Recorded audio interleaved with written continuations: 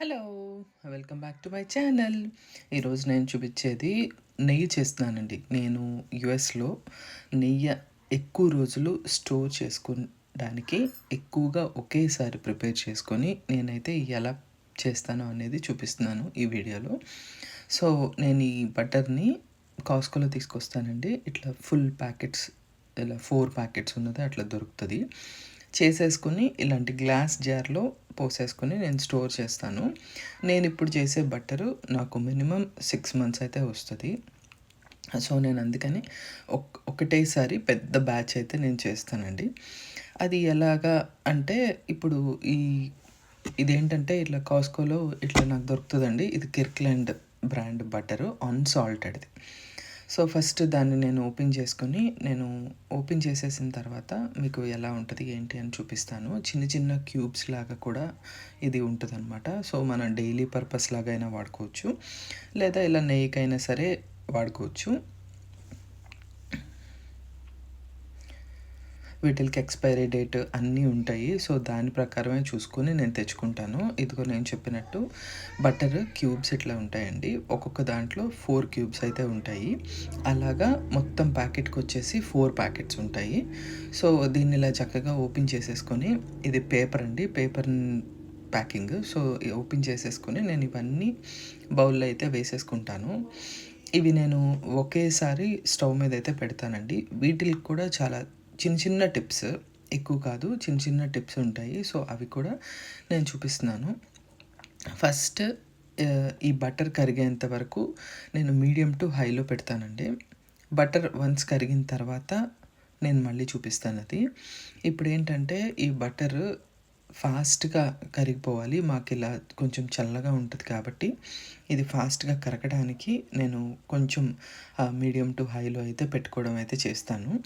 ఆ తర్వాత ఇవి ఎప్పుడైతే మనకి కరగడం అనేది స్టార్ట్ అవుతదో, అప్పుడు ప్రాసెస్ ఇంకా ఫాస్ట్‌గా అవుతది.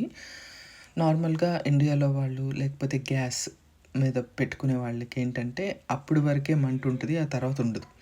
నేను వాడేది కాయిల్ గాబట్టి దానికి ఎక్కువ వేడుంటది. ఎక్కువ సేపుంటది.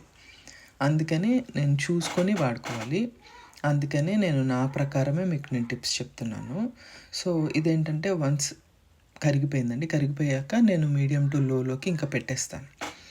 నేనిప్పుడు స్పూన్‌తో ఎందుకు చూపిస్తున్నాను అంటే, నాకు ఇదొక బండ గుర్తులాగా అండి. స్పూన్‌లో వేసుకుంటే చాలా క్లియర్‌గా కనిపించాలి. అప్పుడే నేను దాన్ని ఆఫ్ చేసేస్తాను. అందుకే నేను స్పూన్‌తో చెక్ చేసుకుంటున్నాననమాట. వన్స్ అది మరిగిపోతుంది, ఇంకా అయిపోయింది అని అనుకున్నప్పుడు, లాస్ట్‌లో ఇంకిది క్లియర్‌గా వచ్చింది అని నాకు అర్థమైనప్పుడు నేను కట్టేస్తానండి. ఎందుకంటే నేను వాడేది కాయిల్ కాబట్టి అది చాలా వేడి ఎక్కువ సేపు కూడా ఉంటది. నెయ్యంతా అయిపోయే వరకు ఉంచినా కూడా నేను ఒకవేళ గనక స్టవ్ మీదే ఈ నెయ్యి గిన్నె ఉంచేస్తే నెయ్యి మాడిపోయే ఛాన్స్ ఉంటది. అందుకని నేనైతే ఇలా చేస్తానండి. ఇది చిన్న టిప్ ఎవరికైనా తెలియకపోతే మీరేదైనా స్టీల్ స్పూన్ లాంటిది తీసుకొని, ఆ నెయ్యిలో గిన్నెలో డిప్ చేసి చూస్తే ఎప్పుడైతే క్లియర్‌గా, ట్రాన్స్‌పరెంట్‌గా మీకు కనిపిస్తుందో అప్పుడు మీరు స్టవ్ అనేది కట్టేయొచ్చు. నెయ్యి మీకు రెడీ అయిపోయినట్టే. సో, ఇలా అనమాట ఎగ్జాక్ట్‌గా. చూడండి నేను చూపిచ్చాను ఎగ్జాక్ట్ ఇదైతే నేను చేసేది. సో, ఇప్పుడు నెయ్యి అనేది అయిపోయిందండి. నేనిప్పుడు స్టవ్ ఆఫ్ చేసేస్తాను. స్టవ్ ఆఫ్ చేసేసుకున్న తర్వాత ముందు ఏంటంటే నేను దీంట్లో ఫ్లేవర్ కోసము అండ్ కొంచెం మంచిదని చెప్పి నేనేం చేస్తానంటే ఈ మెంతులనేది మంచివని చెప్పి నేను వేస్తాను. ఇది చాలా మంచిది అండ్ స్టోరేజ్‌కి కూడా ఇది హెల్ప్ అవుతుందండి. ఏ ప్రాబ్లమ్ రాదు. నాకు ఎక్కువ రోజులైనా సరే నెయ్యి అనేది పాడవదు. నేను మెంతులు వేసేస్తానండి. మెంతులు వేసిన తర్వాత స్టవ్ కట్టేసాను. ఆ తర్వాత నేను దీంట్లో ఇంకొకటి కూడా వేస్తాను. అదేంటి అంటే కరివేపాకండి. ఈ కరివేపాకు ఇంకొక బండగుత్తి ఇక్కడ. ఈ కరివేపాకు వేయంగానే టపటప అంటే మనం నూనెలో, తాలింపులో ఏస్తే ఎట్లా సౌండ్ వస్తదో, ఇక్కడ కూడా అలానే సౌండ్ వస్తది.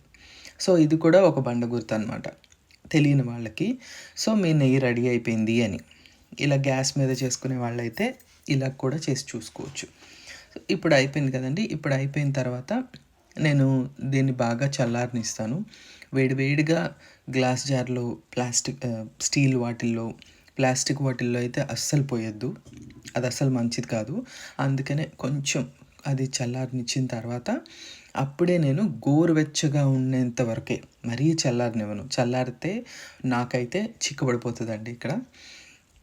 అందుకనే నేను గోరువెచ్చగా ఉన్నప్పుడే ఇలాంటి గ్లాస్ జార్సు, ఇవేంటంటే మేసన్ జార్స్ అండి. మాకిక్కడ ఎక్కడ ఈ అన్ని స్టోర్స్‌లోనూ దొరుకుతాయి.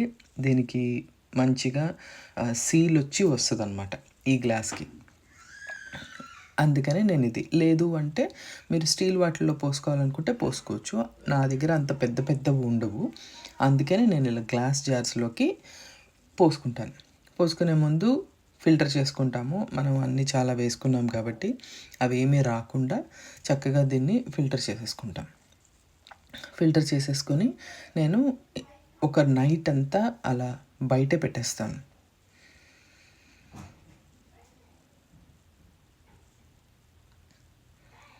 ఇప్పుడు ఇది సెకండ్ బాటిల్ అండి. ఈ సెకండ్ బాటిల్‌లో కూడా పోసేసుకుంటున్నాను. నాకైతే మొత్తం 3 బాటిల్స్ అవుతాయండి. ఇది థర్డ్ బాటిల్, సెకండ్ కాదు. సో, ఇది కొంచెమే తక్కువ వచ్చిందనమాట. ఇండియాలో లాగా ఇక్కడ కాదండి. అక్కడ కేజీ వెన్న ఏస్తే అర లీటరే వస్తది. ఇక్కడ ఎంతేస్తే అంత వస్తది. ఇప్పుడు అంతా పోసేసుకున్న తర్వాత ఈ లాస్ట్‌లో కొంచెం ఇలా బ్రౌన్‌గా అయిపోయి ఉంటది కదా! దీన్ని చాలామంది చాలా రకాలుగా పిలుస్తారు. నేనైతే పడేస్తానండి. నేనేమి యూజ్ చేయను.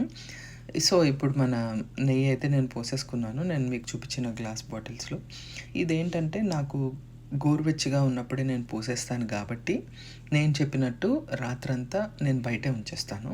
ఆ తర్వాత పొద్దున్నే లేసి ఫ్రిడ్జ్‌లో లోపల పక్కనైతే నేను స్టోర్ చేస్తాను. అదే మీరు కూడా చేయండి. గబుక్కుమని ఎవరికీ అడ్డంగాను ఉండదు. మనకి స్టోరేజ్ ప్రాబ్లమ్ కూడా ఉండదు. ఫ్రీజర్‌లో కూడా పెట్టుకోవచ్చు. కానీ ఈ గ్లాస్ జార్స్‌కి ఫ్రీజర్‌లో పెట్టుకుంటే ఏంటి ప్రాబ్లమ్ అంటే గ్లాస్ జార్స్ విరిగిపోతున్నాయి.